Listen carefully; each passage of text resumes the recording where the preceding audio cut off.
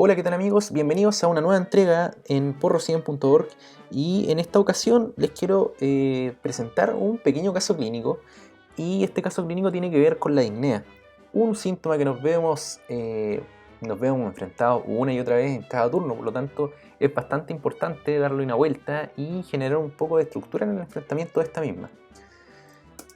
Las cosas que me gustaría que les queden en la cabeza son que el mensaje de fondo es que la disnea realmente es un síntoma que puede representar una infinidad de diagnósticos, y entre estos diagnósticos los que nos preocupan son los tiempos dependientes, por supuesto.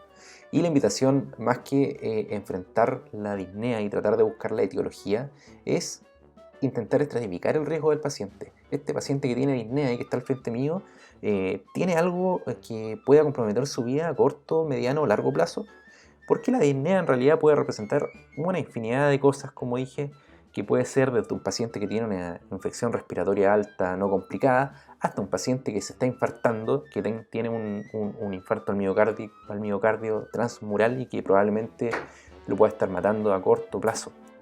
Por lo tanto, la invitación es olvidarse un poco de buscar digamos, el diagnóstico, la etiología de la disnea, sino más bien enfrentarlo y estratificar el riesgo y identificar los pacientes que tienen alto riesgo de estar haciendo algo importante. Y el segundo mensaje es que el ecógrafo es una herramienta que nos puede ayudar muchísimo, muchísimo, sobre todo en el paciente que viene grave y cuyo síntoma principal es la disnea. Nos puede dar un montón de información útil. Y para partir hablando de este tema, les quiero presentar un casito clínico. Este caso clínico tiene que ver con una mujer de 39 años que llama aproximadamente a las 3 de la mañana a nuestro gran equipo de SAMU y contándoles que se había despertado y le costaba entrar el aire, así lo definía ella, le costaba respirar, como que tenía un tope en el tórax, que así contaba ella, que le impedía entrar bien el aire. Les comentaba además que ella se había acostado perfecto, súper bien, y aproximadamente a las 2 de la mañana se despierta con esta sensación de ahogo. Como datos de base, esta era una mujer de 39 años y tenía un trastorno del ánimo del tipo más ansioso y tomaba venlafaxina 75 miligramos diarios, que es la dosis mínima terapéutica, y además usaba ACO. Ella, si bien tenía crisis de pánico recurrentes y que cada vez se habían hecho menor en frecuencia por el tratamiento, contaba que le había pasado esto antes, efectivamente, pero nunca la había dado en estas circunstancias, o sea que le haya despertado esta sensación de ahogo. Nos llega esta paciente entonces que trae nuestro equipo de SAMU y al entrar al box, esta es como digamos, la imagen más o menos que me encontré. Una paciente muy angustiada que refería que le costaba entrar el aire, que sentía que el corazón le saltaba y efectivamente nos contaba esta historia, que había tenido esta sensación pero que nunca la había despertado. Entonces, después de tener todos estos datos de la anamnesis, me pongo el fonendo al cuello, por supuesto, y voy a examinar a mi paciente. Los signos vitales: tenía una frecuencia cardíaca alta de 113 por segundo, una frecuencia respiratoria de 24, pero sin embargo no tenía un aumento del trabajo respiratorio. Tenía un aumento de la frecuencia, por supuesto, pero no tenía tiraje, no tenía uso de musculatura accesoria, etcétera, etcétera. Y con mi fonendo realmente no escuché nada, como habitualmente lo hago. Entonces, con esta información, me gustaría que le den una vuelta y les pregunto qué conducta tomarían con esta paciente que se ve angustiada, con disnea, una disnea que la despertó, que la había tenido antes, pero nunca se había generado en estas circunstancias. ¿Qué habrían hecho ustedes? Le damos una benzodiazepina porque parece, digamos, su crisis de ansiedad recurrente, y después le damos al alta. Le damos una benzodiazepina, por supuesto. Después le hacemos un electrocardiograma y con eso reevaluamos. Le hacemos una derivación, digamos, le aconsejamos que vaya a salud mental para que tal vez le reajusten su tratamiento crónico, etc. O la última opción es que se nos pasó por la cabeza el TEP y le hacemos un angiotac de entrada.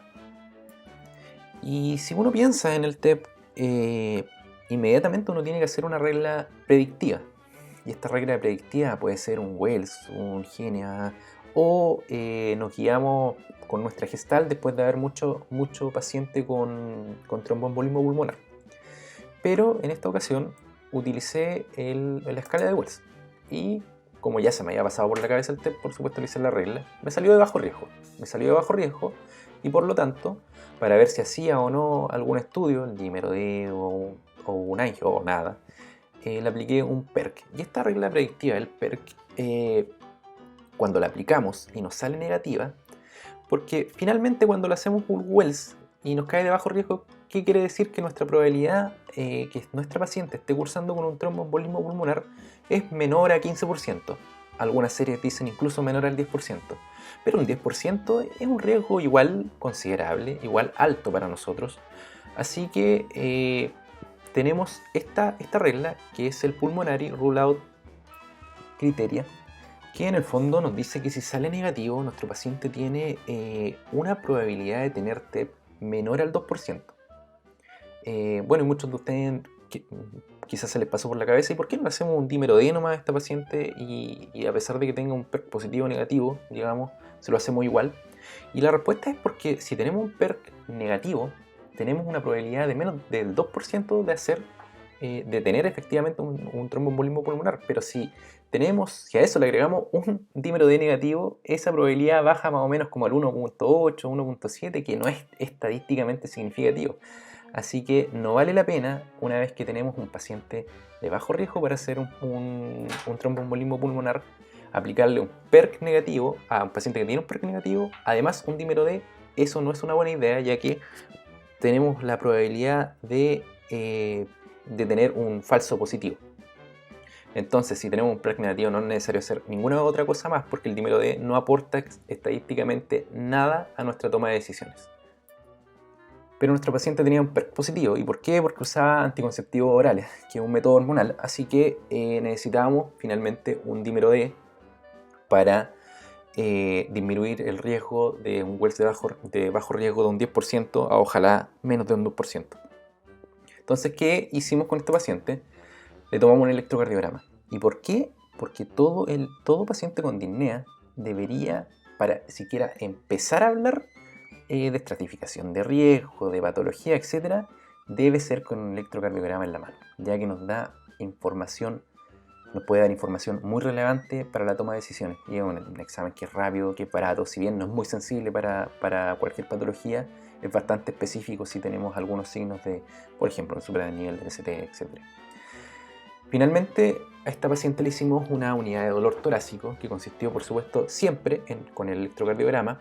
Le tomamos una imagen, le tomamos una troponina porque tenía disnea, algo de palpitaciones, y le tomamos el dímero D porque tenía un PERC positivo. Entonces, con toda esta información, podríamos tener varios escenarios clínicos. Por ejemplo, un escenario clínico es que no haya salido el dímero D mayor a 500, y que finalmente tuvimos que hacerle una angiotaca a este paciente porque no podíamos descartar el tromboembolismo pulmonar.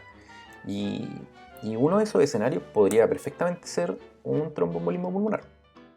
O a lo mejor nos salió un dímero D negativo y en la radiografía que nos llegó tenía un neumotórax.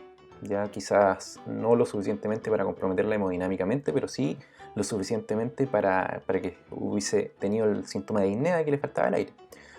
O también podría tener un derrame pericárdico importante y que por eso la paciente tenía disnea y como era joven y sana lo estaba aguantando muy bien.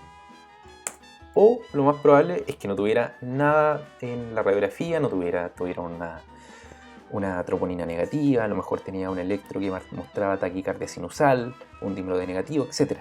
Entonces, el mensaje finalmente es que importa re poco el resultado, o sea, para la paciente no, por supuesto, pero en nuestro hacer importa poco lo que pensemos que pueda tener el paciente, sino que importa tener una estructura al enfrentar a estos pacientes con un síntoma que puede representar cualquier cosa.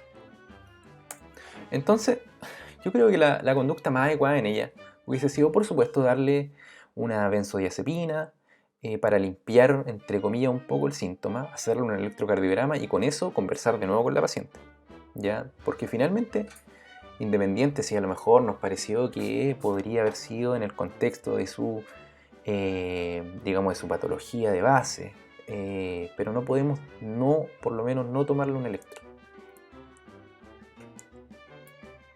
Así que de nuevo, enfrentamiento ordenado con este síntoma de disnea que, recalco, no puede representar cualquier cosa. Siempre, siempre para sentarse a conversar con un paciente con disnea tiene que ir con un electrocardiograma. Quizás no importa si tiene un ritmo regular o irregular o que escuchamos más o menos en los pulmones, pero lo que es imperdonable es no tomar un electrocardiograma.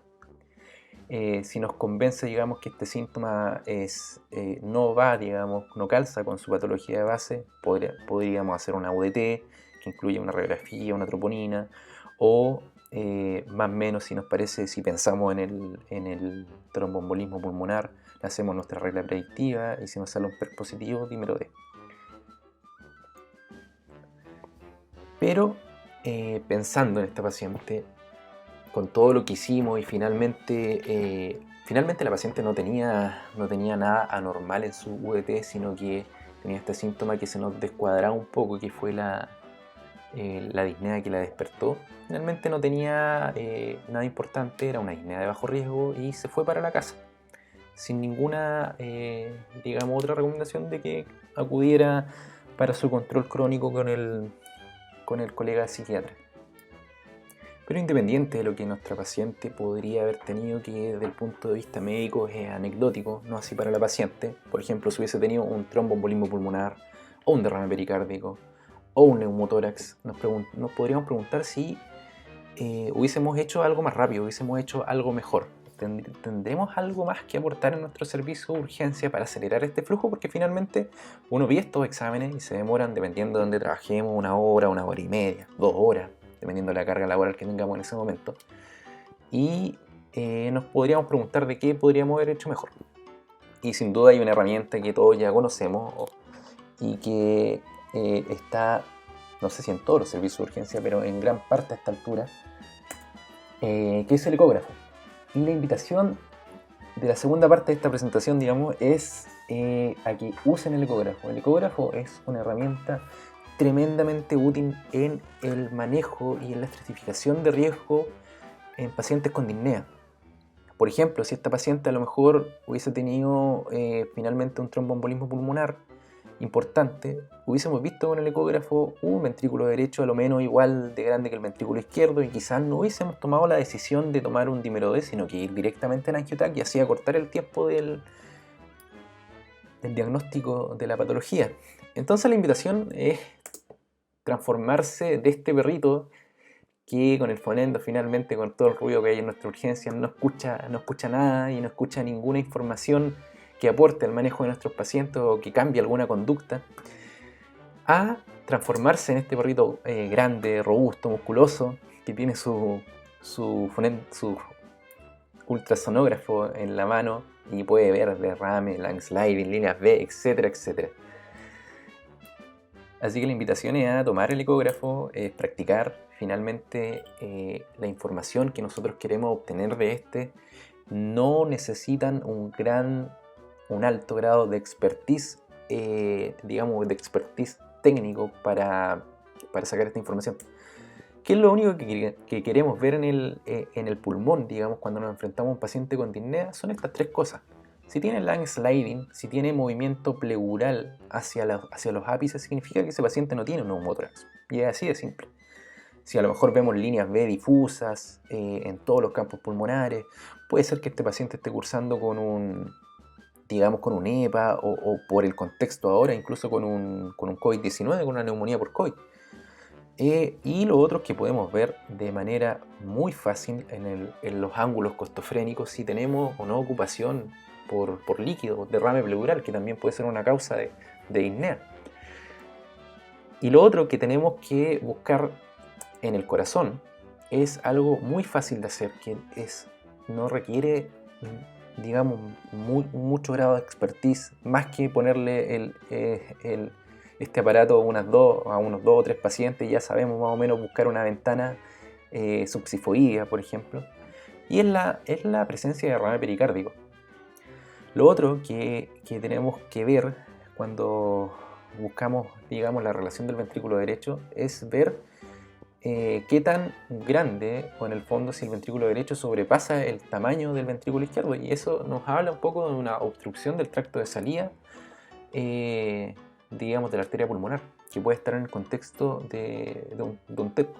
Y lo otro que tenemos que ver, y esto puede ser lo más difícil porque requiere de haber visto varios corazones latiendo como para hacerse una idea de qué es lo normal y qué es lo anormal, pero podemos diferenciar los extremos. Si vemos un corazón, un guatero que apenas se contrae, es muy distinto de un corazón que se está contrayendo, que no sabemos si a lo mejor tiene una contractilidad, una fracción de eyección de 60, de 40 o de 30, pero sí podemos distinguir los extremos de un corazón que se mueve muy mal a un corazón que se mueve probablemente ok.